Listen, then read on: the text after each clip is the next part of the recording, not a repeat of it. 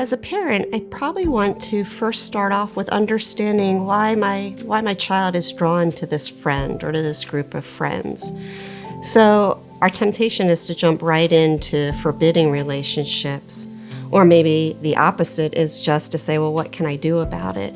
But I think wisdom means I'm going to stop and try to understand what appeals to my child about these friends. Maybe it's something that they admire or respect in these kids that they're pursuing. Perhaps it's like-minded activities or interests.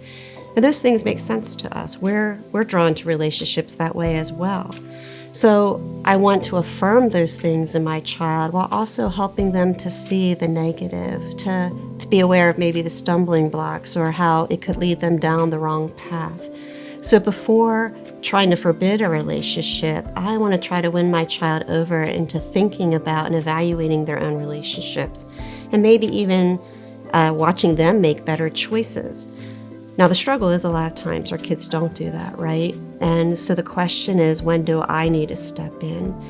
And I want to be quick to encourage my kids to make good choices, to encourage them to discern right from wrong.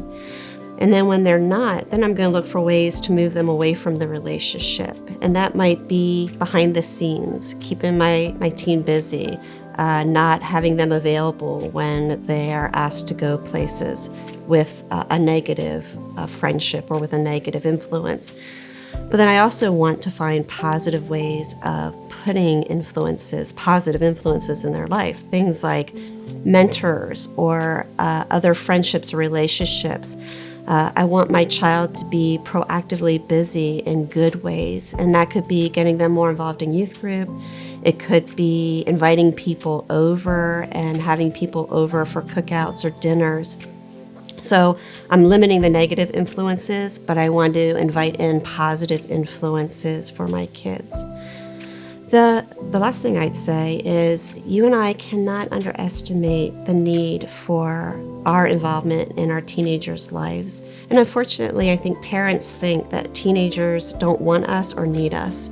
And so if they don't want me around, then I'll back off. Where I think more than ever, that's when we need to pursue them, where we need to lovingly look for ways of spending time with them, even if they reject us or rebuff us. Our teens need us in their lives, and we need to love them enough to enter into their world and seek to know them and understand them. And the more we do that, the more we win their affections and trust.